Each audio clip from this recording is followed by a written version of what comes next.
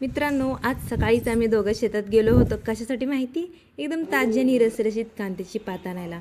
मस्त गावरान कांद्याची पात खुडून आणली आणि विचार केला की आज काहीतरी भारी बनवायचं. मग ठरवलं कांद्याच्या पातीचे बटाटा भरलेले गरम गरम पराठे.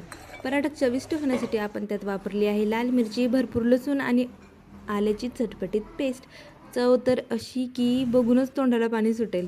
गव्हाच्या पिठात कांद्याची पात मिक्स केली आणि हे पीठ मळून घेतलं.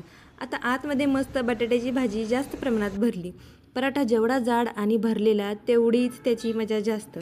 मंद आचेवर खरपूस भाजलेला हा पराठा, याचा सुगंधच अख्ख्या घरात दरवळला आहे. पराठा बनवायची कला तर आलीच पाहिजे. पराठा गोल तर नेहमीच असतो, पण आज आम्ही याला दिलाय मस्त त्रिकोणी आकार. मध्ये बटाट्याची भाजी अगदी ठासून भरली आहे.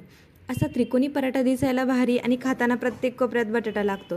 तव्यावर थोडं तेल सोडून हा पराठा खरपूस भाजून घ्यायचा. कडा अशा कुरकुरीत झाल्या पाहिजेत की बघता क्षणी भूक चावळेल.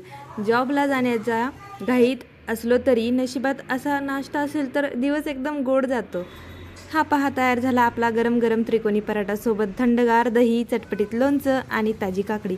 आम्ही दोघं आता हे ताव मारून फस्त करणार आहोत आणि मग निघणार जॉबला. तुम्हाला हा आमचा आजचा बेत कसा वाटला नक्की कमेंटमध्ये सांगा.